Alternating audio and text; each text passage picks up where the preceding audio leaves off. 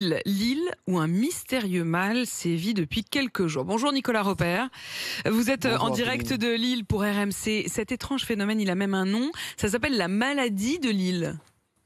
Oui, alors depuis bientôt 3 semaines, des centaines d'habitants disent ressentir des maux de gorge, des pertes de voix, le nez qui coule ou bien des difficultés à dormir. Le phénomène a pris une telle ampleur que c'est vraiment devenu en fait le premier sujet de discussion quand vous entrez dans un café ici à Lille, les gens qui vont au travail et même sur les réseaux sociaux.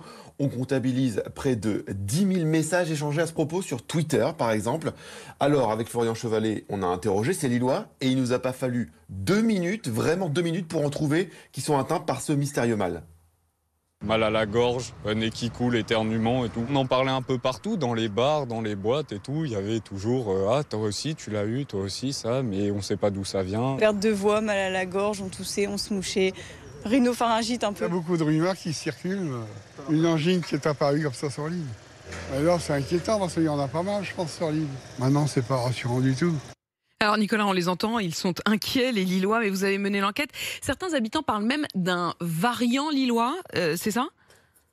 Eh bien, on a posé la question aux médecins. Tous sont formels, hein. En fait, l'immense majorité des malades ont été testés et l'immense majorité des malades sont revenus négatifs au Covid. C'est donc pas un nouveau variant lillois, ça on en est à peu près sûr, mais ce n'est pas non plus une hallucination collective, nous confirme le docteur Antonio Cuenca. Il consulte pour SOS Médecins à Lille et depuis le début du mois, il est littéralement débordé de malades. Le passage est augmenté à peu près 30% par rapport à des mois de septembre habituels.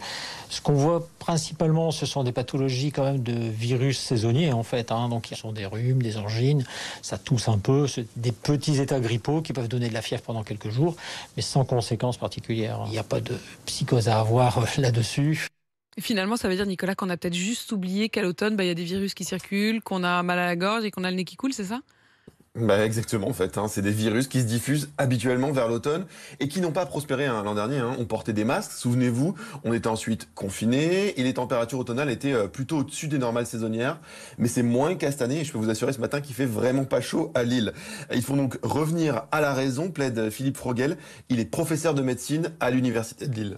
La fameuse maladie de Lille, ce qui inquiéterait personne en temps normal, mais maintenant que tout le monde est épidémiologiste, tout le monde est virologue, donc dès qu'on a un peu de travers et un petit peu mal à la gorge, eh bien on pense que ça peut être d'abord le Covid. Il y a un certain nombre de gens qui, eux, se sont inquiétés et font inventer cette nouvelle maladie.